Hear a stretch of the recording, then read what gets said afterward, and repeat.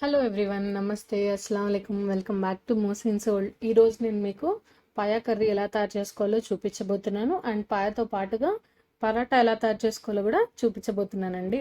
As it is step by step follow అయిపోండి. ఎంతో tasty అయిన పాయా విత్ పరోటాని మీరు కూడా ఎంజాయ్ చేయొచ్చు.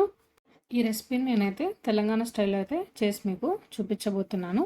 ముందుగా ఈ రెసిపీ చేయడానికైతే ఒక 4 మేక కాళ్ళని అయితే తీసుకొచ్చానండి. బాగా కాల్చి అండ్ దానికి ఉన్న జుట్టు కూడా మొత్తం క్లీన్ చేస్తుంది దీనికి. అలా ఉంటేనే పాయా కర్రీ చేదు లేకుండా ఎంతో రుచిగా ఉంటుంది.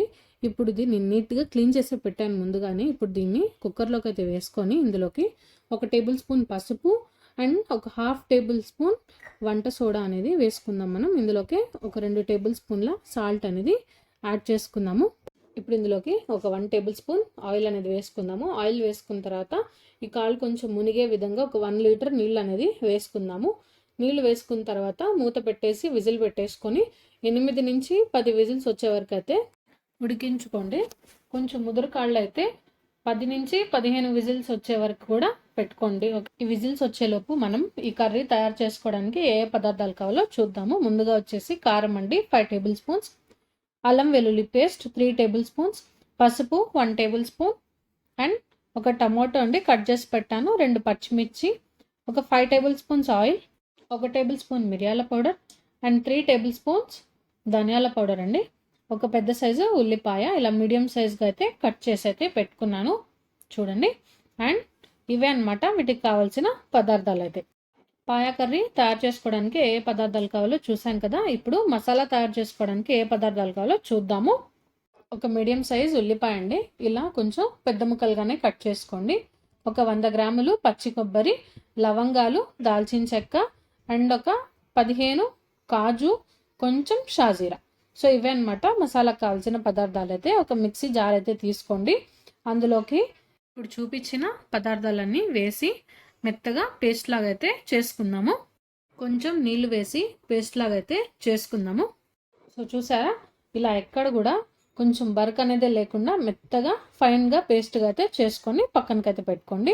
ఈలోపు ఈ పాయ కాళ్ళు అయితే రెడీ అయిపోయాను అనమాట. చూడండి ఎంత లేతగా ఉందో, బాగా ఉడికిపోయాయి. నేను 8 విజిల్స్ అయితే పెట్టాను, బాగా ఉడికిపోయింది, మీరే చూడొచ్చు. ఇప్పుడు మనం ఈ కర్రీ చేసుకోవడానికి కోసం ఒక గిన్నెనైతే తీసుకుందాం. కొంచెం వేడైన తర్వాత అందులోకి ఈ 5 టేబుల్ స్పూన్స్ ఆయిల్ అనేది వేసుకుందాము. ఆయిల్ వేడయ్యాక 2 పచ్చిమిర్చిని అయితే వేసుకుందామండి. కొంచెం కలర్ చేంజ్ అయిన తర్వాత మనం కట్ చేసి పెట్టుకున్న ఈ ఉల్లిపాయను అయితే వేసుకుందాము. ఉల్లిపాయలు కొంచెం గోల్డెన్ కలర్ వచ్చే వరకు ఫ్రై చేసుకుంటే సరిపోతుంది. సో చూసారా, మనం గోల్డెన్ కలర్లోకి అయితే వచ్చేసాయి ఉల్లిపాయలు. ఇప్పుడు మనం ఇందులోకి 2 టేబుల్ స్పూన్ అల్లం వెల్లుల్లి పేస్ట్ అనేది వేసుకొని ఉల్లిపాయలోకి చక్కగా కలిసే విధంగా 2 మినిట్స్ పాటు ఫ్రై చేసుకుందాము. అల్లం వెల్లుల్లి పేస్ట్ వాసన పోవాలంటే 2 మినిట్స్ అయితే ఫ్రై చేసుకోవాలండి. సో 2 నిమిషాలు అయితే అయిపోయింది. ఇప్పుడు మనం ముందుగానే తయారు చేసి పెట్టుకున్న ఈ మసాలాను అయితే ఇందులోకి వేసుకుందాము. వేసి ఉల్లిపాయలోకి చక్కగా కలిసే విధంగా అయితే కలుపుకుందాము. మీడియం ఫ్లేమ్లో పెట్టుకొని ఈ పేస్ట్ వేసిన తర్వాత నుంచి కుక్ చేసుకోండి. ఒక 10 నిమిషాల పాటు మీడియం ఫ్లేమ్లో పెట్టుకొని కుక్ చేసుకోండి, లేకపోతే అడుగంటుతుంది. కరెక్ట్గా 10 నిమిషాలకి మంచి కలర్ అయితే వచ్చిందండి మసాలా. ఈ మసాలాలకి ఇప్పుడు మనము ముందుగానే కట్ చేసి పెట్టుకున్న టమాటా ముక్కలను అయితే వేసుకుందాము. టమాటా ముక్కలు వేసిన తర్వాత మసాలాలోకి చక్కగా కలిసే విధంగా అయితే ఒకసారి కలుపుకొని మళ్ళీ ఒక 5 నిమిషాల వరకు మీడియం ఫ్లేమ్లోనే పెట్టుకొని ఉడకనిద్దాము.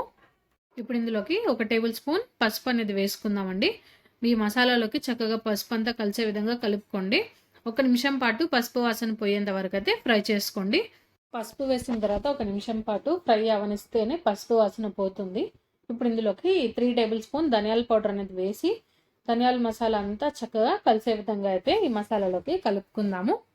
ధనియాల పౌడర్ అంతా మసాలాలోకి కలిసిన తర్వాత 5 టేబుల్ స్పూన్స్ కారం అయితే వేసుకుందాము. కారం వేసిన తర్వాత చక్కగా మసాలా అంతా కలిసే విధంగా కలుపుకుందాము.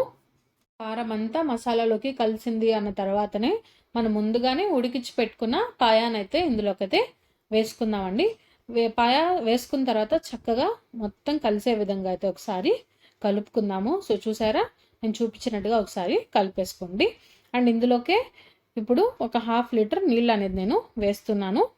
ముందుగానే మనం ఇందాక పాయ వేసినప్పుడు నీళ్ళు ఉన్నాయి కాబట్టి ఇప్పుడు ఇందులోకి 1/2 లీటర్ వేసుకుంటే సరిపోతుంది. అండ్ నీళ్ళు వేసుకున్న తర్వాత ఇంకోసారి చక్కగా కలుపుకుందాము.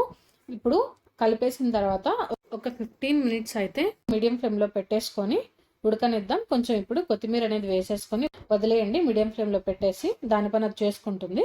ఇప్పుడు మనం పరాటా కోసం పిండిని అయితే కలుపుకుందామండి. 400 గ్రామ్స్ గోధుమ పిండి అండ్ 200 గ్రామ్స్ మైదా పిండి అయితే తీసుకుంటున్నాను నేను పరాటా కోసము. అచ్చం మైదాతో అయినా చేసుకోవచ్చు, గోధుమ పిండితో కూడా చేసుకోవచ్చు. ఇందులోకే ఒక 1/2 టేబుల్ స్పూన్ సాల్ట్ వేస్తున్నాను అండ్ ఒక ఎగ్ అండి బీట్ చేసి పెట్టాను ముందుగానే. ఈ బీట్ చేసిన ఎగ్ ఇందులోకి వేసుకొని చక్కగా కొంచెం కొంచెం నీళ్ళు అనేది కలుపుకుంటూ పిండి మొత్తాన్ని కలుపుకుందాము. ఇప్పుడు ఇందులోకి ఒక 1 టేబుల్ స్పూన్ నూనె వేసి నీట్గా కలిపేసి పక్కకైతే పెట్టేశాను. చూడండి, చూసారా పిండి అనేది చాలా తొందరగా అయితే కలిపేశాను నేను. ఎంతో సాఫ్ట్గా అయితే వచ్చింది కదా. ఇప్పుడు ఈ పిండిని అలా ఒక 10 మినిట్స్ పక్కకైతే పెట్టేసుకుందాము. గ్రేవీ చూసారా ఆల్మోస్ట్ మనకు 80% వరకు రెడీ అయిపోయింది. ఇంకొంచెం రెడీ అవ్వాలన్నమాట.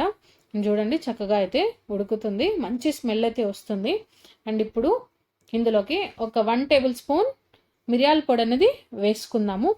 ఈ పాయ తినేటప్పుడు మంచి ఘాటుగా ఉంటుందండి. జలుబు చేసినప్పుడు ఈ కర్రీ తిన్నారనుకోండి చాలా చాలా బాగుంటుంది అనమాట. సో ఎక్స్ట్రా ఫ్లేవర్ కోసం మిరియాలు అనేది వాడుకోండి, మీ ఇష్టం అండి. కంప్లీట్గా మిరియాలు అనేది. పాయా కర్రీ అయితే రెడీ అయిపోయింది. నూనె చూసారా పైకి తేలుతుంది కదా. సో అదే అనమాట ఇండికేషన్, మన కర్రీ అనేది రెడీ అయిపోయింది. సో ఇప్పుడు స్టవ్ ఆపేసి కొంచెం కొత్తిమీరతో గార్నిష్ చేసుకుందామండి. అంతేనండి, చూసారా ఎంతో తొందరగా 1/2 అవర్లో పాయా కర్రీని అయితే తయారు చేసేసాను. చూసారా ఎమ్మీ ఎమ్మీ పాయా కర్రీ అనేది రెడీ అయిపోయింది. మంచి వానాకాలంలో జలుబు చేసినప్పుడు ఏం తినబుద్ధి కావట్లేదు అన్నప్పుడు ఇలా చేసుకొని తిన్నారనుకోండి జలుబు ఇట్లా మాయమైపోద్ది అనమాట. సో ఇప్పుడు మనం పరాటా అయితే చేసుకుందాము. కొంచెం పిండి అయితే తీసుకోండి. పిండి తీసుకొని ఇది 2 సమాన సైజు ఉండలుగా అయితే కట్ చేసుకోండి. నేను ఇక్కడ మీకు 2 పద్ధతుల్లో పరాటా ఎలా తయారు చేసుకోవాలో చూపించబోతున్నాను. ముందుగా కొంచెం పిండిని అయితే చల్లుకొని చపాతీని ఎలా చేసుకుంటామో చపాతీలాగైతే చేసేసుకోండి. మొత్తం చూసారు ఇలా చపాతీ కర్రతో చపాతీలాగైతే చేసేసుకోండి. చపాతీలా చేసిన తర్వాత ఒక నైఫ్ అయితే తీసుకొని నేను చూపించినట్టుగా ఇలా మధ్యలో సన్నగా ఇట్లా లైన్స్ లాగైతే కట్ చేసేసుకోండి. చపాతీ మొత్తాన్ని ఇలానే కట్ చేసుకోండి. చపాతీ మొత్తాన్ని ఇలా కట్ చేసుకున్న తర్వాత ఎడ్జ్ నుంచి ఒకదానిపైన ఒకటి లేయర్ చూసారా నేను ఇక్కడ చూపిస్తున్నాను కదా, ఒకేసారి ఇలా రోల్లా తిప్పేయకుండా మనం కట్ చేసుకున్న ఆ లేయర్స్ అన్నీ ఒకదానిపైన ఒకటి వచ్చే విధంగా అయితే ఇలా ఫోల్డ్ చేసుకోండి. మీరు స్పీడ్గా రోల్ చేస్తే ఒకదానిపైన ఒకటి అవి రావు, లేయర్స్ రాకుండా ముద్దలాగా అయిపోతుంది అనమాట. సో చిన్నగా కొంచెం నెమ్మదిగానే ఫోల్డ్ చేసుకోండి. అలా ఫోల్డ్ చేసుకోవడం వల్ల లేయర్స్ అన్నీ ఒకదానిపైన ఒకటి వచ్చి ఇలా అవుతుంది.